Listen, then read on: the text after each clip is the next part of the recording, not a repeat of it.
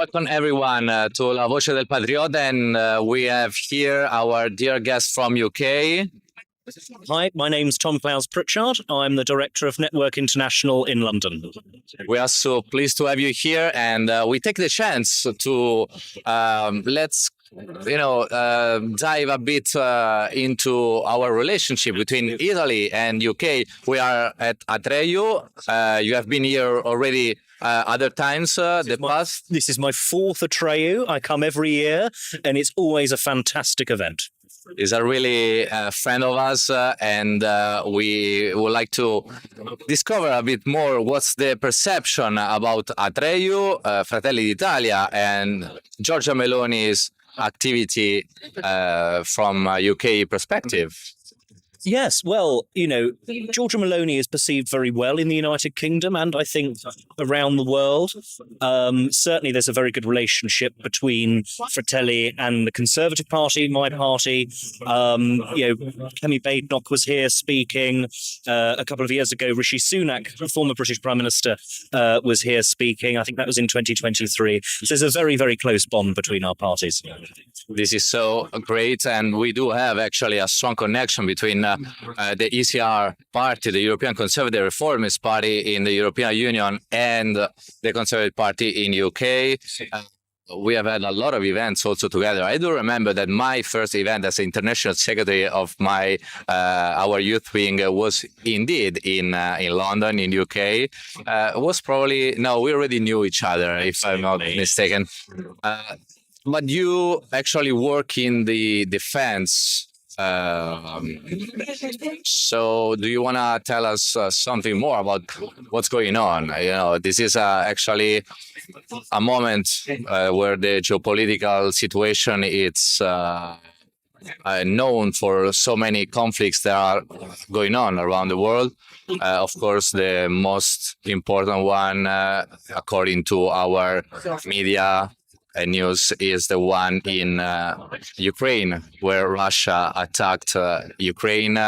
And we are now also with the Italian government, but the European Union, and also a great work from President Trump. We are trying to deal with this topic, but NATO is also a very important player in this conflict. What do you think about it? Well, Giorgia Meloni's been a very good leader in NATO. She got behind the expansion of NATO to include Sweden and Finland, something that I've done a bit of work on. So Giorgia Meloni is a very, very strong leader on these topics. She's been strong against Putin. She's condemned what Putin has done illegally and annexing or attempting to annex Ukraine. So she's very, very strong on these issues. What's the perception from your point of view of what she has done at the European Union level in order to push this defense topic? I think she's been very, very skillful.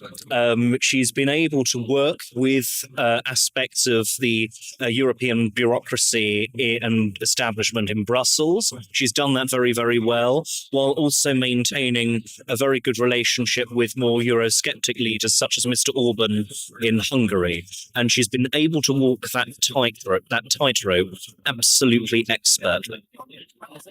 Do you believe that a big topic of the last European elections has been the common defense, the European defense?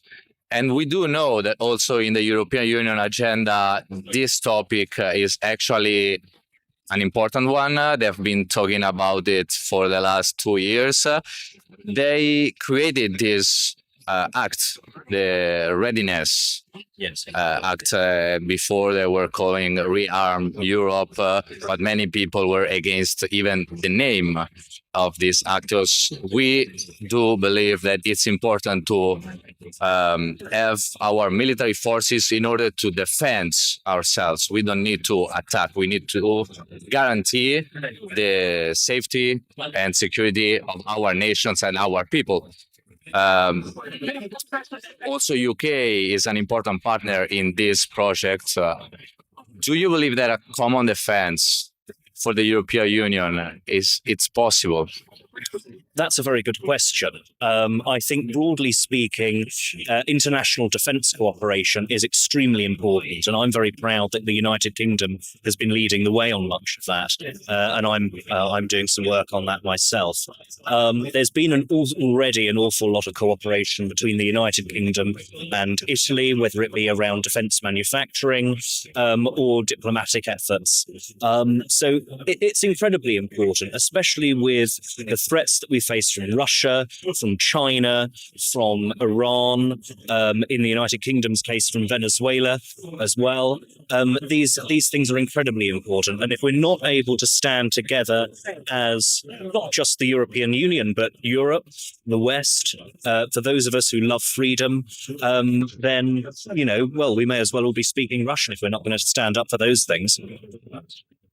Thank you for this comment. And just before say goodbye to our guest, I would like to ask him just some updates about the Conservative Party and the Conservative world in the UK. Look, we faced a pretty devastating election defeat last year. I know I was an advisor at that time to a Conservative member of Parliament. We didn't get back to Parliament, which was a great shame, but we're going to see what 2029, assuming that's when our next election is, will bring. We are facing a few threats, both from the left and the right. We've got the rise of Reform UK. They've got 3.5 years to maintain that momentum. 3.5 years is a very long time, so watch this space, Michael. If you know, in Italy, in the last 10 years, we have had so many different governments. 3.5 years, it's a very long time in politics, but we do have this chance and this luck nowadays that we have our Prime Minister, Giorgia Meloni. She's really strong, effective politician. And we have the third, if I'm not mistaken, this is the third longest government ever of the Italian Republic. So let's see what's going on, what will happen in UK. But this is actually Christmas time. So let me ask you, what would you like to ask Santa Claus to bring to you or UK or the Conservative world? Oh, that's a fantastic. What a fantastic question. Wow. I would like Father Christmas to bring us better international defence cooperation. That's one of the reasons I'm here in Rome, having conversations with people on that topic. But also I want Father Christmas to give us a big Conservative victory in the 2029 general election. So, good luck. Thank you. And to you. Thank you.